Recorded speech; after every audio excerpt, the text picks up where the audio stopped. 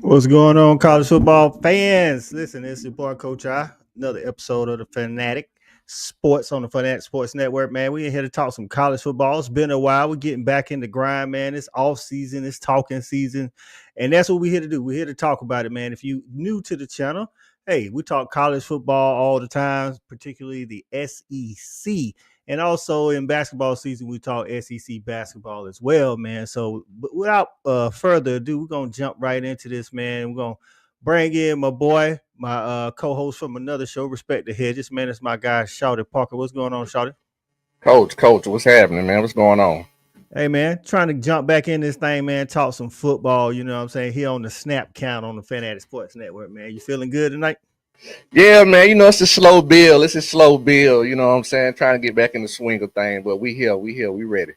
That's right, man. Hey, tapping in with us on Facebook, on Just My Damn Opinion, which is Shawty's show, where he talks sports and barbershop talk and everything. Make sure you click the bell on his channel. You never know when he's going to pop up, have a conversation for you. Make sure you hit the bell here on the Fat Addict so you can keep up with the content, man. Listen, y'all already know what it is, man. You saw the title. We in here to talk position groups, particularly the wide receiver position group in the SEC. Some people made some upgrades. Some people made some downgrades. We're here to talk about it. We're going to talk about our top five and talk about a little bit more, just going in depth, talking about the SEC wide receiver room. So just as a whole, Shawty, you feel like the wide receiver play, like we had some big names come in, early last year, with Cam Coleman and Ryan Williams and Nick Harbor bust on, trying to bust on the scene in South Carolina. You think overall the wide receiver play will be better in the SEC this year? You know what, Coach? It's interesting you asked that question because, after doing my homework and, getting this assignment, I was able to go out through the SEC and look at these rosters.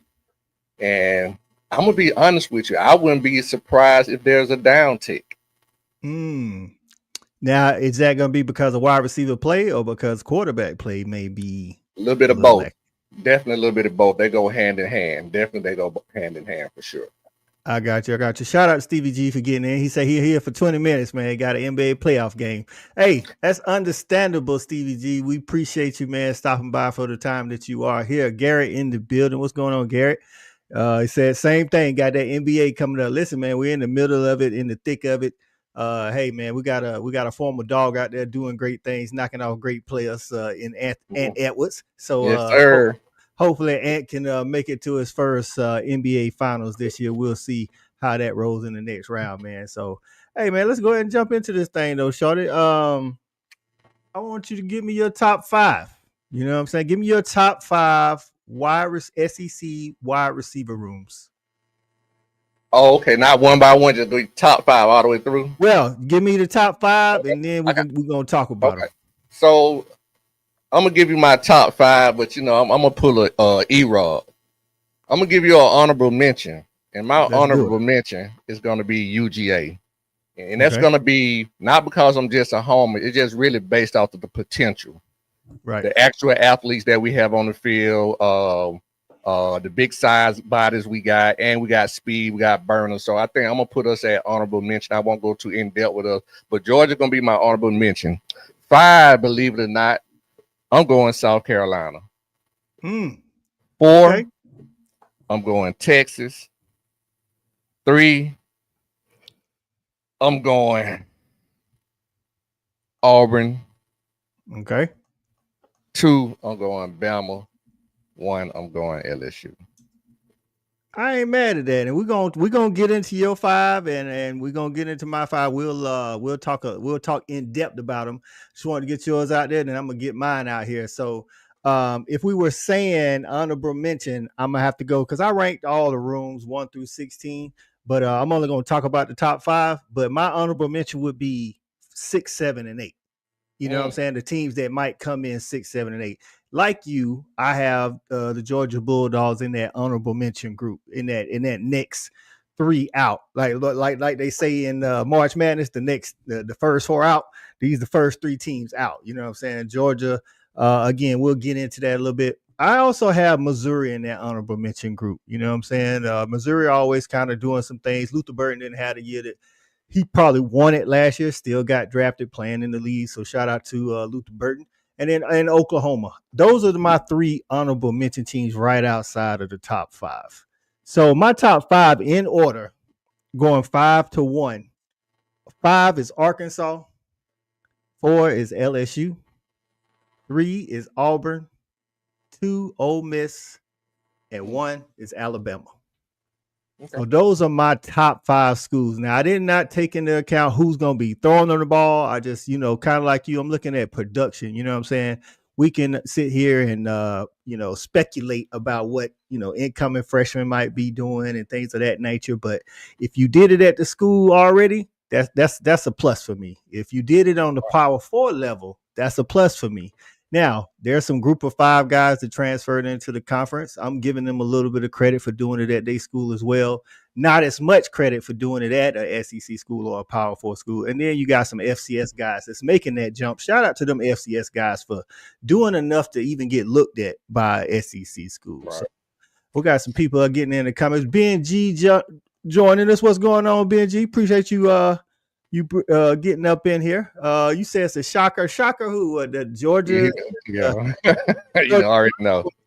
They're not even in the top 5. We got them in. To be honest with you, I got Georgia ranked there. I ranked all 16. I got Georgia ranked at 8, by the way. Stat guy. What's going on, Stat? Shawty, you just joined us. Shawty had your South Carolina Gamecocks wide receiver room in the top 5. So Shawty, talk a little bit about your top 5. So to your point, kind of how I did my criteria, it was very similar to yours, but what I had my number one criteria, which what I did was it was returning production. Gotcha. So that was just a little bit of a caveat. So if you was already there and you came back, you got more credit for anything else. So it was the returning production. Then what you brought in as the transfer portal, then your whole unit as a talent as a whole. So that's kind of how I did mine. I wanted to give teams that retain players credit. So that's why South Carolina made my top 5, because if I'm right, they have all top 3 or 4 of their receiving core coming back. They did. So for me, that's big to already have all your guys coming back, knowing the system, having a chance to gel, and just hopefully. Then they got bodies. They got one guy 6'5" and Nate. They got another boy 6'4". And I don't know the other kid named 6'4". I ain't have his name down. Mm-hmm. And then they have Maceo Bennett, the kind of more of the route runner, shifty guy. So I think they have it all in their first 3. So that's why I give South Carolina so much credit, just having all their production coming back, being in the system, and having players at every level. Okay. So for South Carolina, I had them vastly lower than you did, and not to downplay, like you said, it is important that they've been in the system. Not a lot of schools. If we see, actually, a couple of schools in my top 5 actually didn't bring anybody back of significance, I would say. The reason why, I talked to Stat Guy about this, and he kind of felt the point I was making. The reason why I had their room significantly lower is because their 2 top receivers only caught 29 and 39 passes, even though they come back in the system. But with those guys that you just named, they had 4 return. They actually returned 4 receivers, but they literally don't return anybody else with a reception. And when I think about being 1 injury away, like, that's not a good thing, especially when you in this day and age in college football. When you and I was in school, when you played, we ran a lot of pro sets where it was only 2 wide receivers. So you really probably only played 4 to 5 receivers a game. Now teams are playing we played 4 and 5 at my high school. Well, at your high school, yeah. But when we was first at Georgia, CA came in playing 4 wide, but then Dunning kind of cut a little bit of that out. But back in the day, we didn't use as many wide receivers. Right. Now you're using like 6-7 wide receivers as a rotation. You know what I'm saying? So that's the only thing I gave them a knock on that, and the fact that, like I say, I still want to see a little bit more from Nick Harbor. He's got that body type. He's got the speed. He's physical. He's athletic. I want to see him put it all together on the field. So, but I could see your point. You know what I'm saying? Because all 4 of those guys played for South Carolina last year, so they already know the offense. Like I said, that was my number one criteria was returning production. Gotcha. And they was number 5, correct? Mm-hmm. All right. So my number 5 was Arkansas. Arkansas, for one, because of the system they play in. You know what I'm saying? It's Bobby Petrino.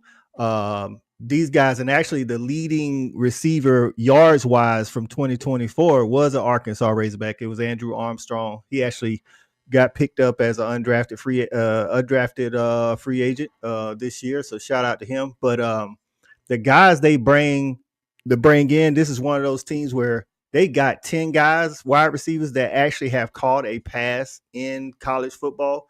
Now, the guys that's returning to Arkansas aren't at the top of the list with the number of receptions, but the guys they brought in a guy from Stanford, Ishmael Sis. He had like 26 catches. Omega Blake, who came from Charlotte this past year, but he played at South Carolina 2 years ago.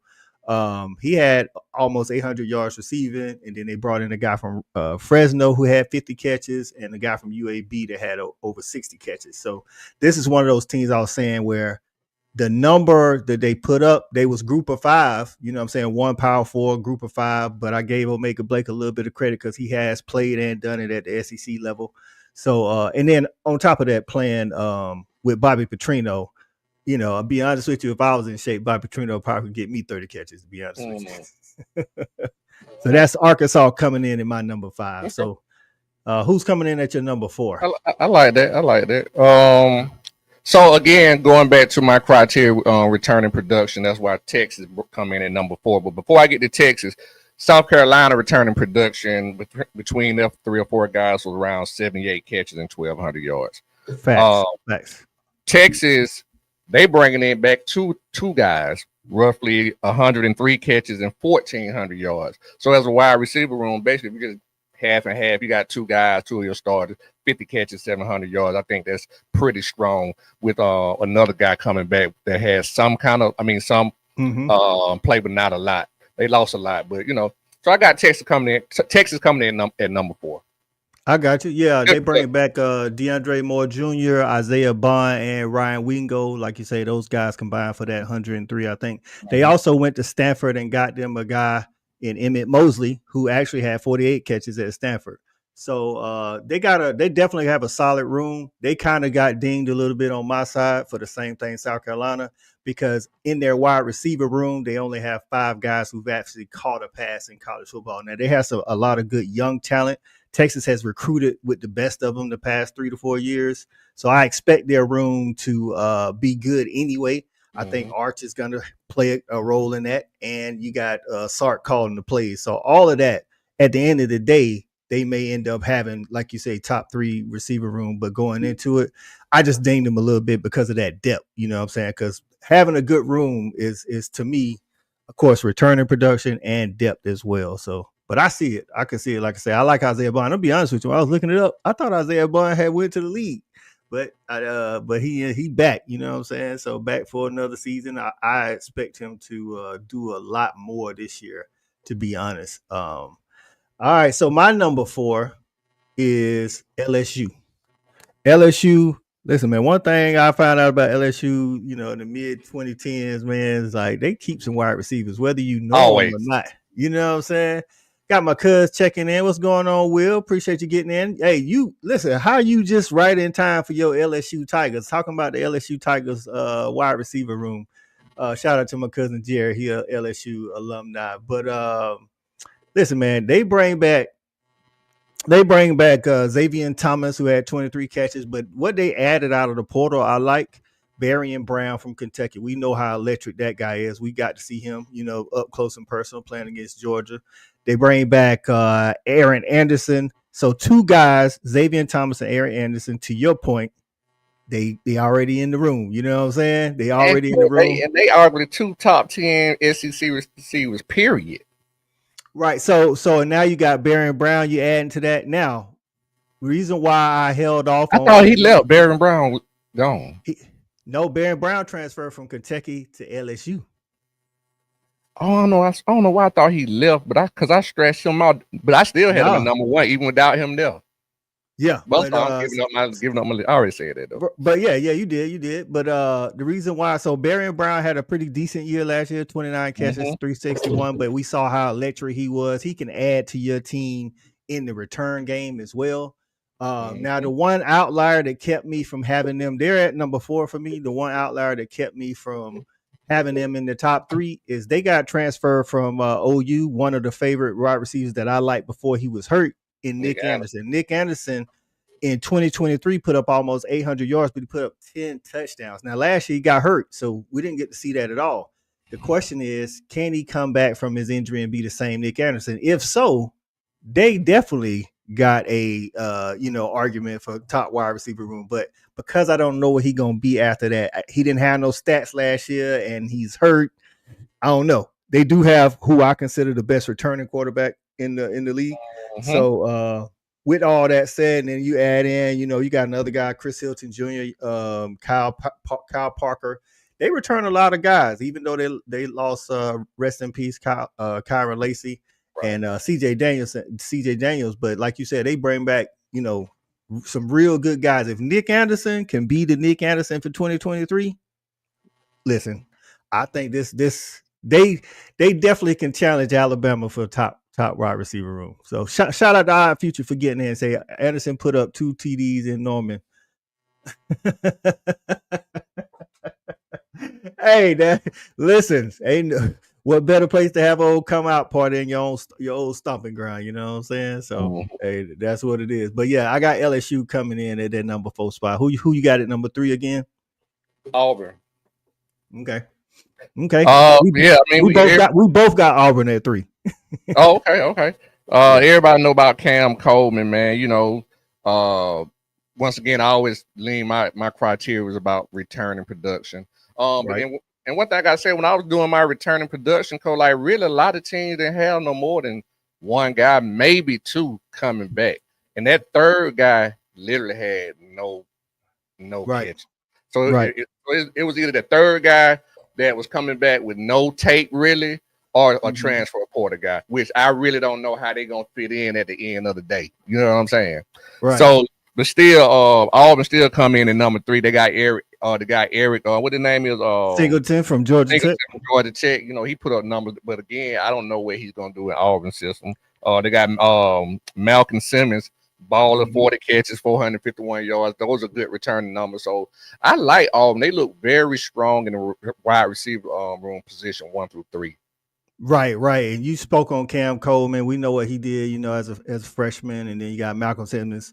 Horatio Fields, they picked him up from Wake Forest. He had 39 catches, over 450 yards last year.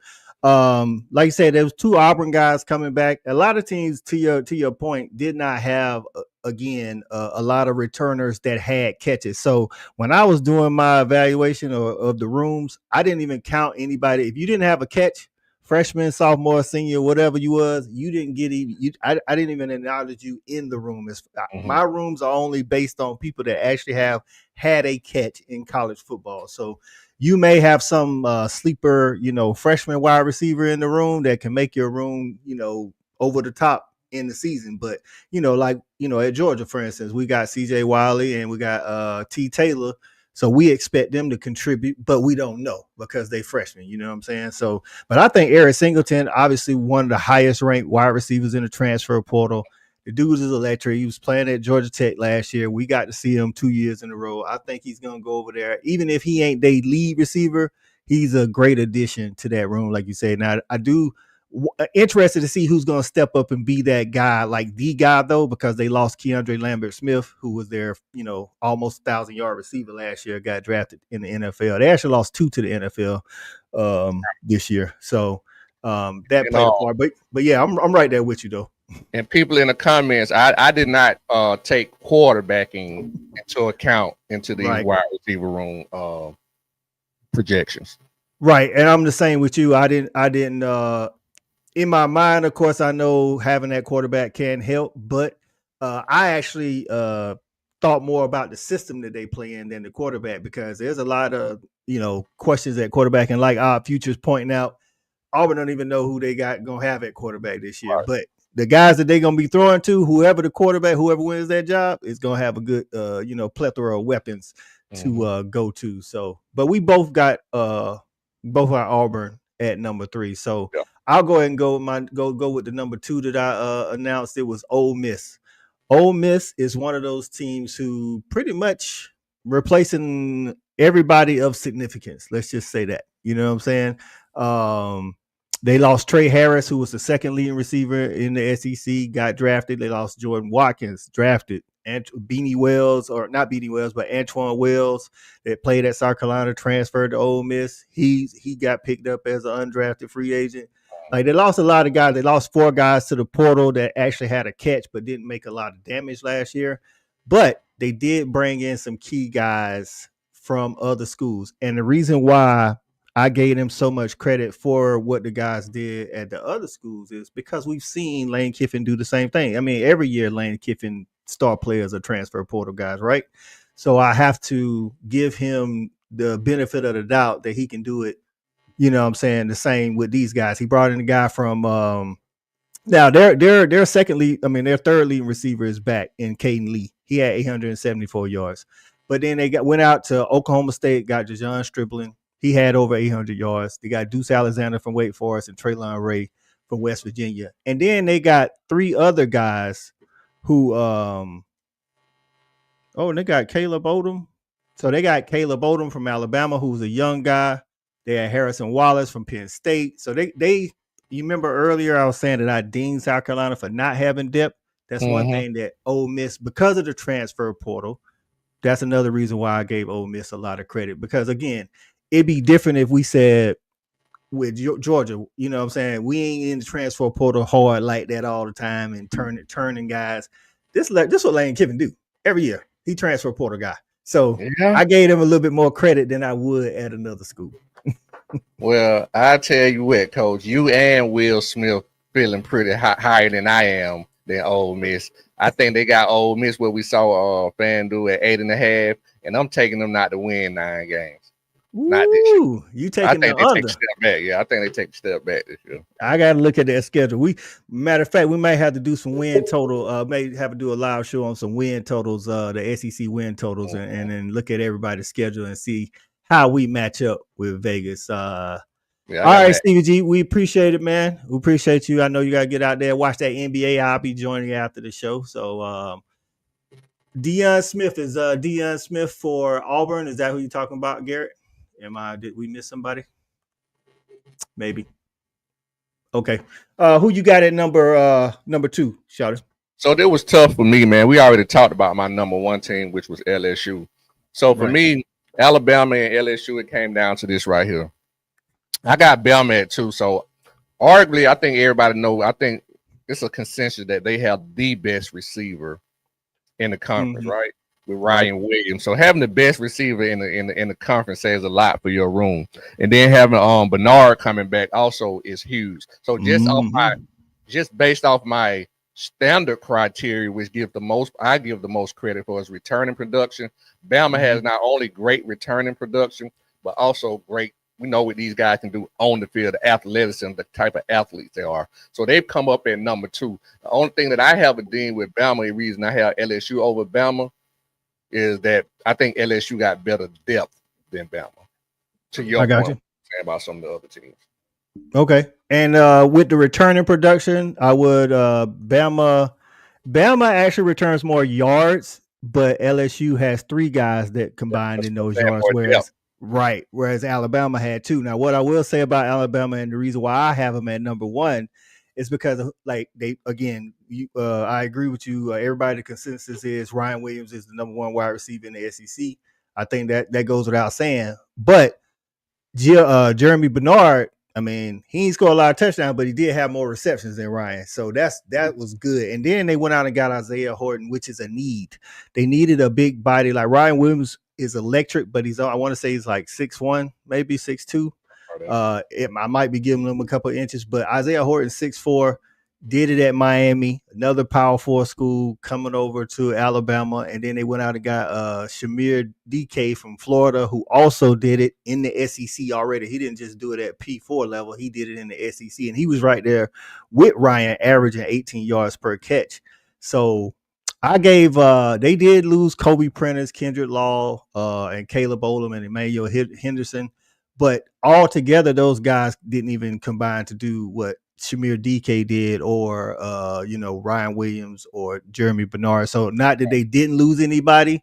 Appreciate you, Garrett. Appreciate you stopping by, my man. I know y'all watch that NBA. That's number one. Oh, number one JUCO transfer, Deion Smith. That's who he was talking about earlier. So I didn't count him because he was at the JUCO level. So right, we don't know what that's almost saying like the best high school player coming out almost. You know what I'm saying? Right. Stat guy says Bama's number one on his list. They got the best wide receiver in the conference, which pushed them over Auburn for him.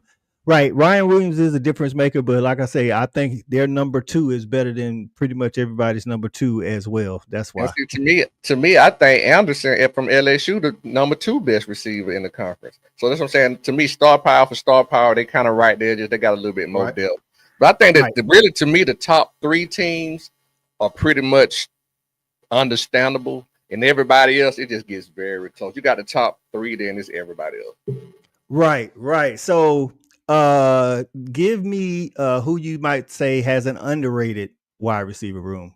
I mean, it could be somebody in your top 5 that you think could be possibly higher when the season starts, or it could be somebody, somebody. I hate to be a homer, but us. Okay. I really do. I just really think, I don't think we're gonna have any guy that's gonna probably catch over maybe 800 yards. But I can see it spread around where you have one guy with maybe 60 catches, another guy with about 50, and another guy with maybe about 30. I got you.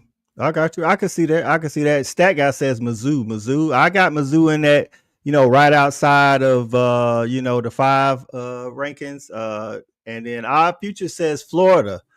Give me a reason why they underrated. Because I'm gonna be honest with you. If we talking bottom 4 in the SEC, my bottom 4 was Florida, South Carolina, Vandy, and Tennessee. Now, one of the reasons is because the amount of production you bring back and the amount of depth you have. And like Tennessee, we already know Tennessee was ravaged by from Dante Thornton going to the NFL, Bruce McCoy.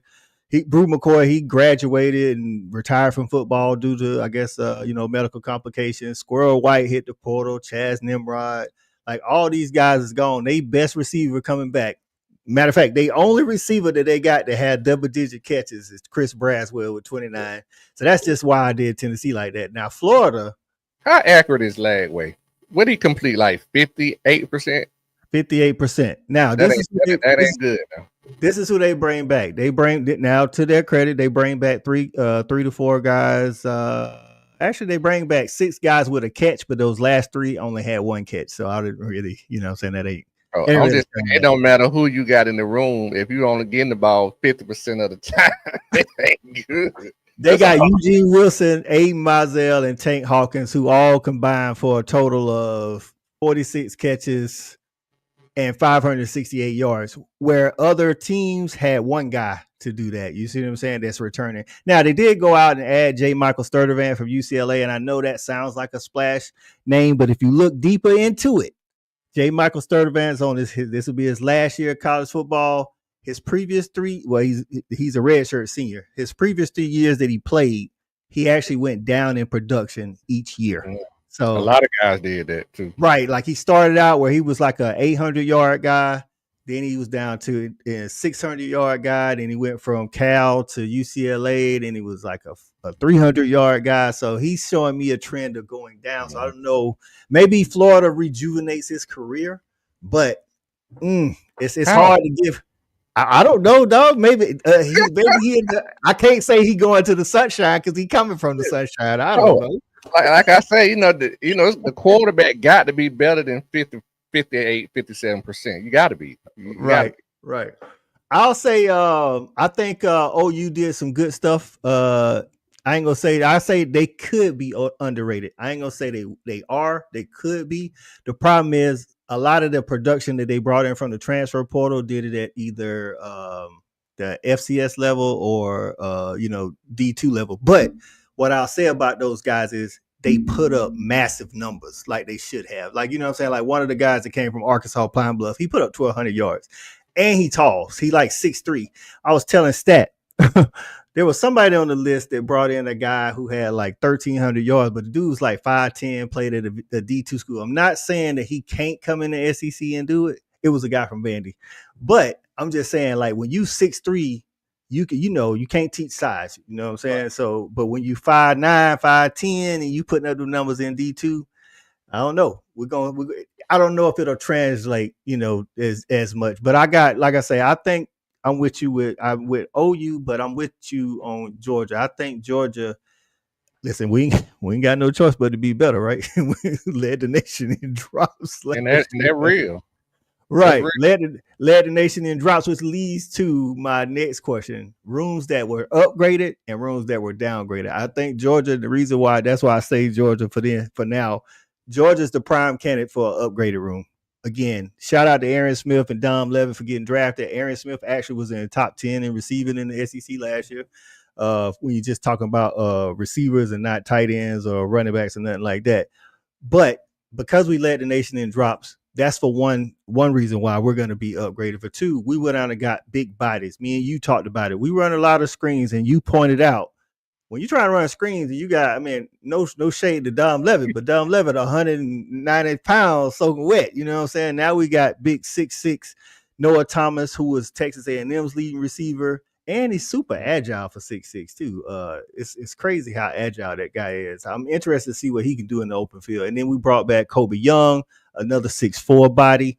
We brought in the electric Zachariah Branch. So we definitely upgraded at the room.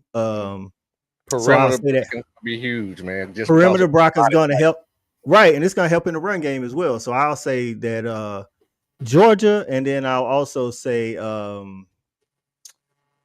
like some of the stuff like Texas didn't have to upgrade. They was right behind. They was right there with Georgia. They didn't have to upgrade because they brought back three of their, top 5 guys. But then the guy they added in Emmett Mosley from Stanford, I think that was a huge get. He was on, like I say, 48 receptions. I think he's going to come in, and again, he's got Sark as his OC. I honestly gave him a little bit more credit. So if I'm talking about upgraded, who you think is upgraded their room with the transfer portal type guys? Oh well, it's gonna be, I guess, what they said, addition by subtraction. Because I'm gonna say I like what Oklahoma did, but you losing Nick Anderson was huge too. But I like what they did with bringing in what they did with the transfer portal. It just, I just think my biggest concern is the offensive line. You bringing in all that production, but it's coming from places that had good offensive lines and whatever, right, football they was playing in. So they have to get that offensive line. But I do offensive line together. But I do think they upgraded their room called just based off the sheer injuries they had last year and not a lot of people playing, just like us having the most draw. It was hard for them not to upgrade. Right. I think I was getting to that. I'm glad you said that. I was led right into what I was going to say. Like, I think they're a candidate for upgraded room too, because they had so many injuries. You know what I'm saying? Even the guy that was their best guy, Deion Burks, ended up getting hurt. Mm-hmm. So as long as they stay healthy, they're upgraded just by health alone. You know what I'm saying? Regardless of whether those guys play it or not. Okay, I got you, our future. Yeah, UG Wilson, I like him. Before the injury, we'll see what he looks like, this year. Stat says South Carolina could have an upgraded room, but they're counting on 4 freshmen to come in and be productive. And we know how we always talk about when you're counting on freshmen, that's a different story. You're not counting on those guys to start, though. You're already 4 deep, right? No, not from what. At least 3, right? Not from Stat says that he thinks at least 2 of them freshmen gonna be up in there. Well, no, that's great, but I'm saying, but you at least bringing them back 3 to 4 guys with game film, right? But it's not, like you said, it's not great. You know what I'm saying? Not great. And none of them great, but I'm just saying the fact that you still got guys that are starters that know because freshmen got to learn that stuff. No regard, that's right. Such a huge learning curve. So they can beat them out. That's good. But South Carolina got 3 guys proven already. Nick Harvard, Ezio Mhm. Bennett, and what's the other big And guy? 6'4", 6'5" guy. He's 6'4". they got 4 guys that got Yeah, double digit catches. Jared Brown and Dre Jacobs. that's So, what I'm saying. So it ain't like they just, but you that's the know. thing. The reason why he's saying they're going to be. I mean, again, he's saying that some of them may get beat out, but that's yet to be seen. But this is 100% factual. They're going to be counted on regardless because Yeah, it just make it seem like he's saying like all on got to start. nah, I think he did tell me he thinks of like They're 2 of them. counting on 4 freshmen to come in and Yeah, be productive. yeah. Well, the reason why is because they literally have nobody behind those 4 Behind guys those that have a 4. catch. Gotcha. That's what I'm Okay. saying. Like we talking about having like not 1 catch, not 2 catches. Like those 4 are the only guys on the roster that have a catch. They're the only team that I evaluated out of all 16 SEC teams that didn't have at least 5 people that had a catch in college football. And they had So to be a that's little thin to bring in 4 freshmen too. yeah, right. And they lost 2 guys to graduation, 1 guy to the portal, and 1 guy got undrafted. He's an undrafted free agent. So listen, he's saying Malik Clark gonna be starting. He said week 1.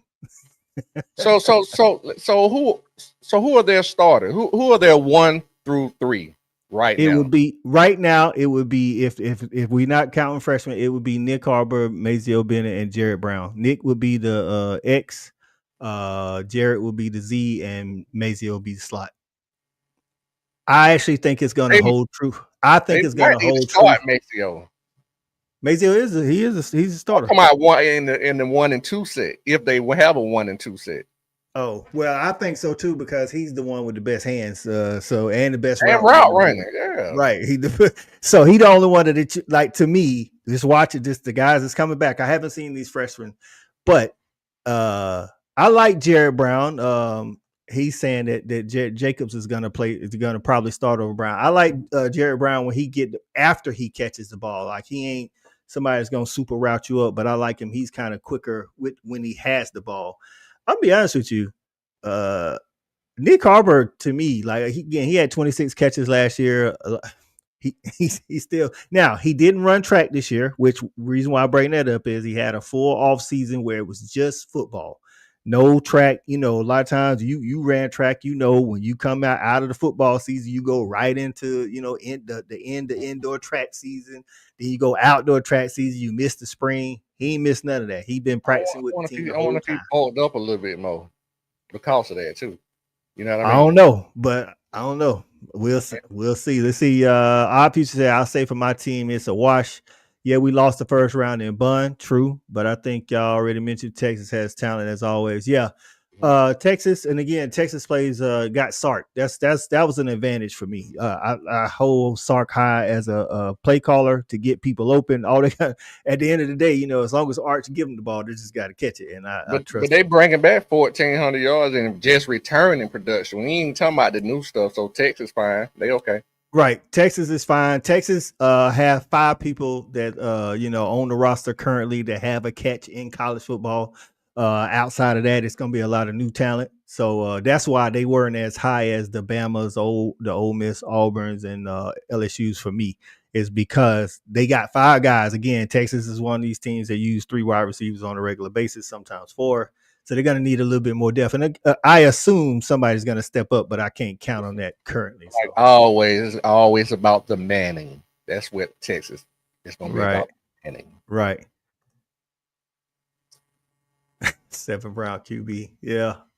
With the 7, right. They did all that with a 7th round QB. So Texas, I will say Texas approve people that they deserve. They proven the people that they deserve to be in the SEC. Yeah, I thought that transition would, especially how they played in the year before and the recruiting they did leading up to coming into the SEC. I figured they would be, what I'm saying, right there, like they belong in the first place. Did I see them in the SEC championship? I thought it was going to be right there in the mix. So yeah, Texas is Yeah. it's going to be interesting. One thing I also like on the not that this is a defensive show, but they showed that they can reload on the defensive front. They lost 2 defensive linemen to the NFL 2 years, in 24, and then replaced them with 2 guys that came in and put it down too. So And Texas just showing too, man, to something I said a lot of time, man. They really just showing like when you get the right guy allocated with the resources that they currently have.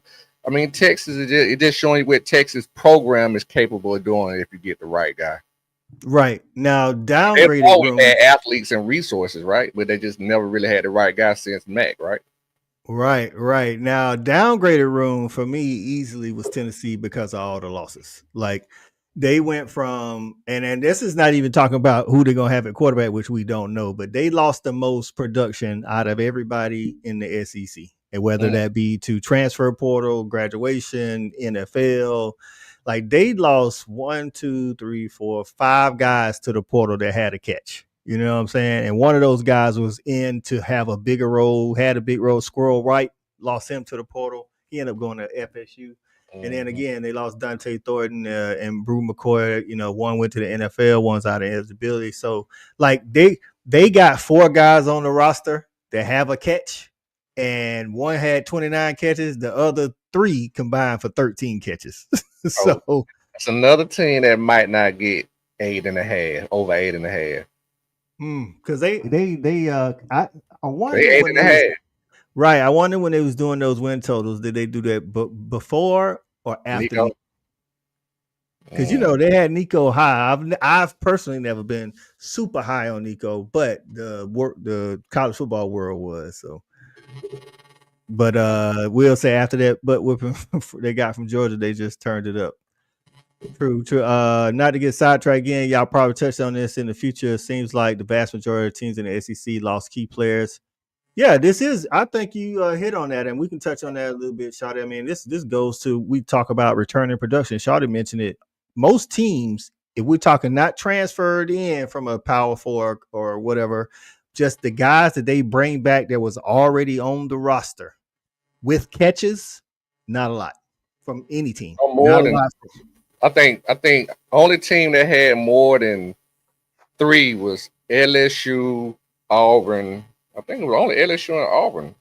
Tennessee And had South four, Carolina. but Tennessee had four and South Carolina had four, but Tennessee's four combined for like 42 catches altogether. You know what I'm saying? So they did have catches, but they was probably Right. in mop up duty or something like that. But this is a good point. I think it is wide open. I think it's more open than it was last year, to be honest, because not only and to your point that you made early in opening the show about wide receiver play may be down because it goes hand in hand with quarterback play. Last year, you got to think coming into the season there was, even though he hadn't taken a start, there was hype around Lenoris. There was hype around Jackson Arnold at OU. There was hype around Carson. He was the front runner for the Heisman. Quinn was right there in that discussion. Ewers from Texas. You had Jackson Dart. You had Nussmeyer. You had Jalen Milrow. So you had a lot of names coming into the season. Now, I mean, we got a couple of names, but for the most part, 16 teams, that's only like 4 teams where you like, oh, okay, their quarterback gonna be good. The other quarterbacks can be good, but do we think they like what's your like the world, the sports world is high on DJ Ladway. What's your like you where you at on DJ Ladway? You kind You of middle of the you pack asking on him? me? You asking Yeah, me? I yeah, just talk. Listen, I see. This is the thing. Everybody thinking about his ceiling. It's always about the ceiling and potential. right. I just told you about the 58%, man. You 58. You can't do that, cause you can't take nobody nowhere at 58%, man. You gotta do That's better than that. You know what I'm saying? that's tough right there, And dog. that's That is really tough. like the quarterback play is really what's going to distinguish this league from the Big Ten being the best league in the conference this year.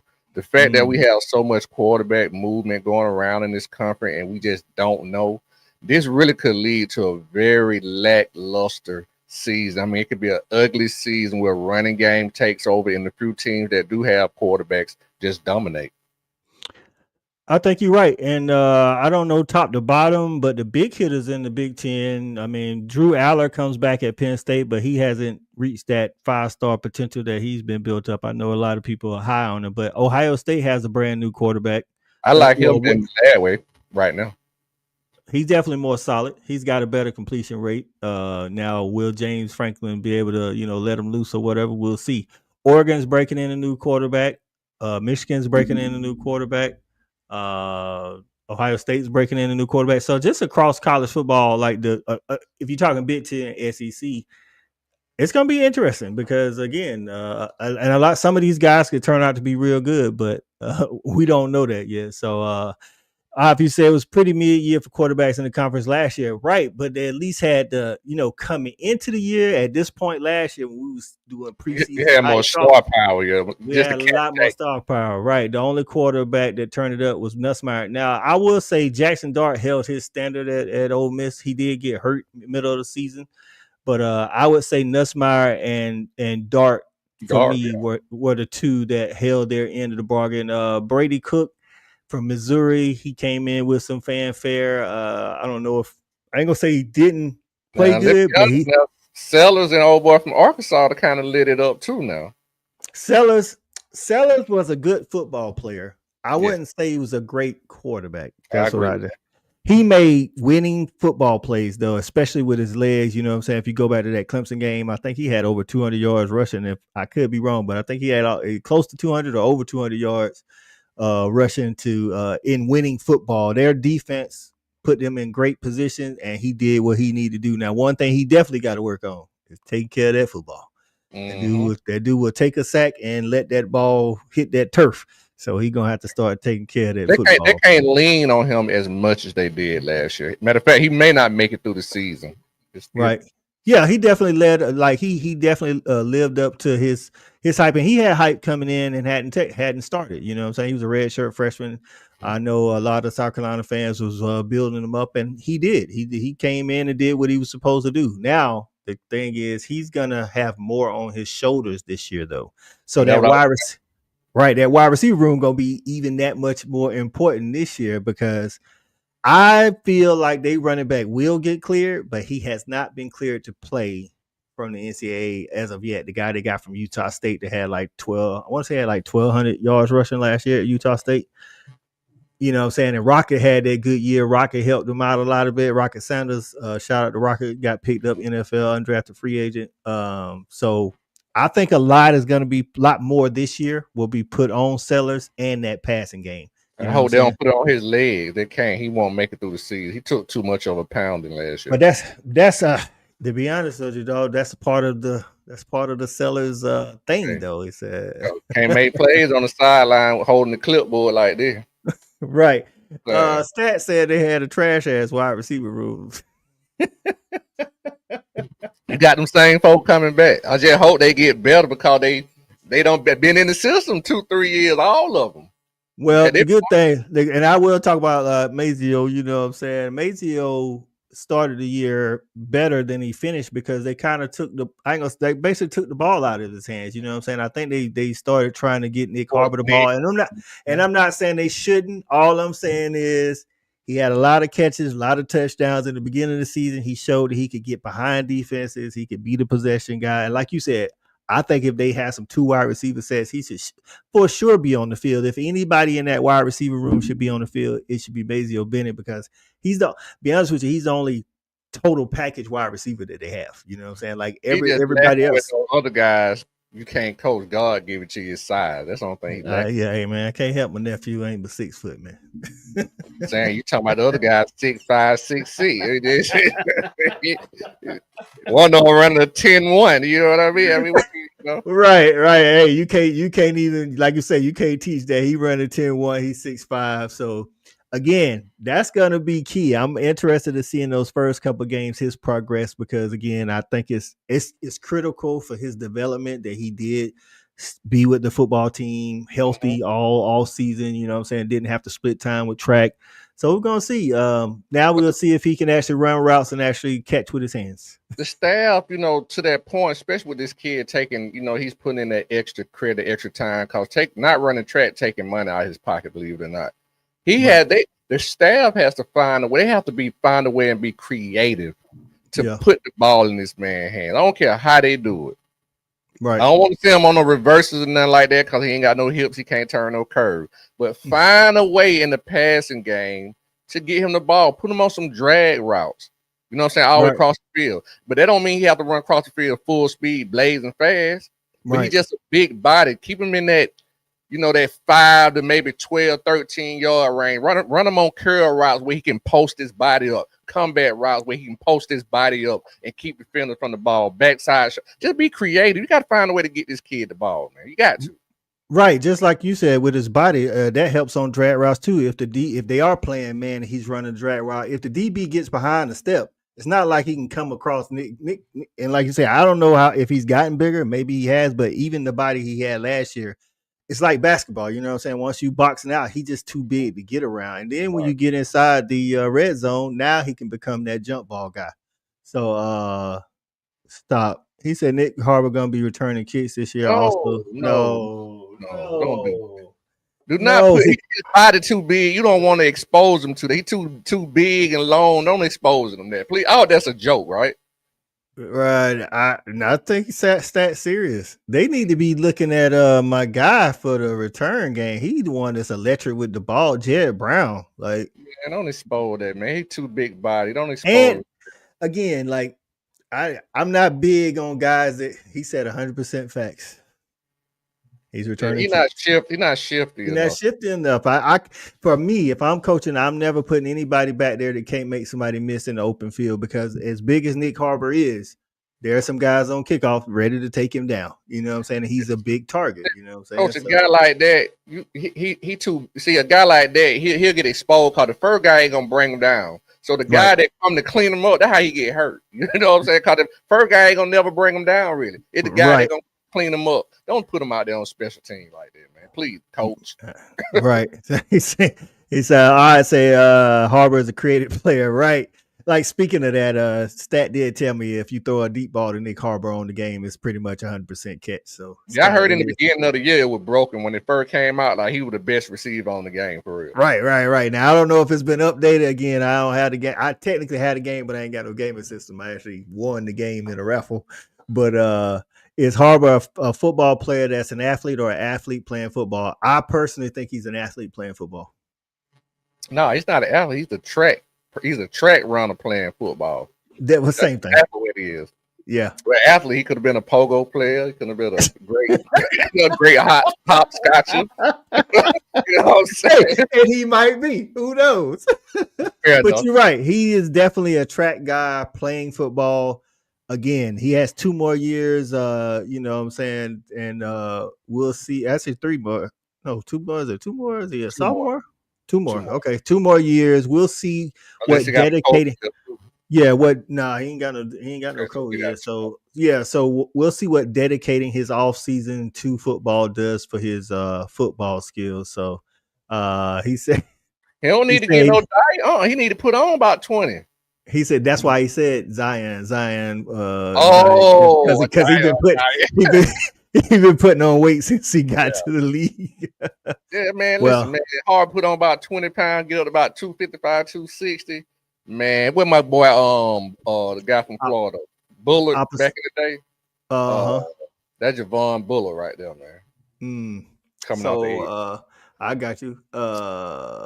Well, I don't know if that's gonna happen, but that would be interesting. Opposite Dylan Stewart, but I don't think that's happening. I think that ship has sailed. I think he wants to be a wide receiver. I think he's gonna go to the league because of, like you said, measurables. If he stays healthy, he's gonna run. I ain't gonna say he's gonna run no. I know people out here probably think he's gonna run like a 4.240. He won't run no 4.240. I'm just letting you know. He's faster than quick. He'll probably run a 4.3, high 4.3. You know what I'm saying? Yeah, he'll run a high 4.3. That's like people were surprised that Arian didn't run like a 4.29 or something. Like, dog, Arian is a legit 6'2", dog. You don't come out the blocks that fast. Like he's a long strider. But he's not quick though. He's fast, but he's not quick. Arian not shifty or not. He's not in. You know what I'm saying? You got to be quick and fast to run those 4.29s, though. Like, it'll be. So I think like you said, he'll run a high 4.3, but then he gonna get on the bench press. I'm assuming. I mean, his body type say he should be the strongest wide receiver in the draft. Coach, that is thing. Get where he don't even got a bench. I'm gonna be honest with you. All he got to do is run, Coach. That's all he got to do. Somebody gonna take a shot. Cause he gonna be 6. He gonna be 6'5", 235 pounds, 230. Right. I mean, you gotta take a flight. It is what it is. So, do we finish the year? Last question. Do we finish the year with Ryan Williams still being considered the best in the SEC, or do you see one of these guys we talked about today kind of coming in and getting some of that shine? Well, it's possible that Arian, not Arian, Anderson from From LS LSU? could do that just based off sheer numbers because I think he's with a better quarterback. He's going to probably get more attempts as well, and whatever Right. attempts he get, going to be at a higher percentage. But I'm just going to be honest with you, man. Ryan Williams is different. Right. He's just a special athlete, not taking anything away from anybody else. But he's special, man. I mean, he's just one of those guys that come around not too often. He's a very special kid. And I don't know if you just gotta watch. If you watch the film, I really can't explain it. Like, he's different. He make Right. plays. He do things that the greatest athletes and the greatest players who you think do. He make it look simple. He do it routine. Him and the guy, I don't want to jump conference, but the guy from Ohio Yeah. State, they just different. But I just think Ryan different than the guy from Ohio State. The other guy just more physically. He got a more physically gifted body. Right. But athletic wise, Ryan is just something else, man. Smooth, Right. fluent, man. Yeah. So yeah, I'm gonna go with Ryan. I'm with Stat. If anybody, again, somebody like you say, Anderson, numbers wise, could definitely put up more, because he actually put up more numbers last year, even being he was actually their leading receiver last year. Kyron Layson was actually their second lead receiver. But Cam Coleman from Auburn. Now, again, to your point, it's going to depend on who throwing the ball. I mean, right now we don't know. They got a three person race out there. They got the talented 5-star freshman. Look like Then he gonna win. they got Jackson Arnold, and then they got Daniels from Stanford, Ashton. So, like you say, I've been hearing that the freshmen been doing good. So that's going to depend on. But to that point, I mean, we don't know what Ryan gonna have at quarterback either. So, not that he had a great person last year, but one thing we know Jalen Milroe was gonna do last year is try to throw the ball to Ryan.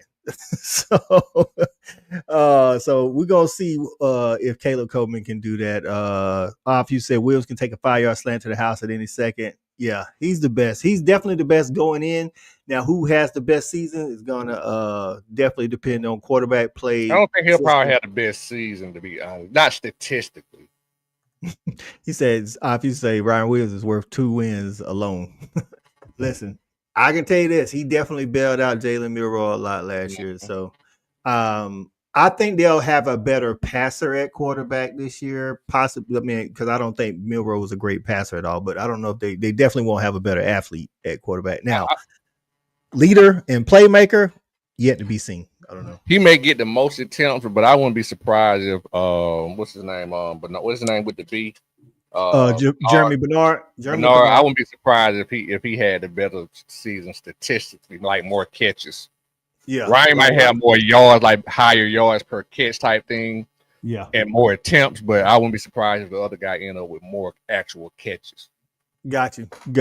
All right, man. Well, hey, that's been our SEC wide receiver room rankings there. If you agree or disagree, let us know in the comments. If you on the replay game, let us know in the comments who you think got a better receiver room this year, or who has a worse receiver room this year. Next Thursday, we'll be back at it. We're gonna do tight ends and running backs next week. That's what we're gonna do. 2 positions, tight ends and running backs. So I guess we won't make that top 5 either. Yeah, I don't think them dogs. The dogs will be in the tight end room. The dogs probably be, just thinking about it. Dogs might be in the tight end room because of returning production. I don't know if a lot of people got returning production like we do. So, but running back room. I think I started my research on it. Running back room.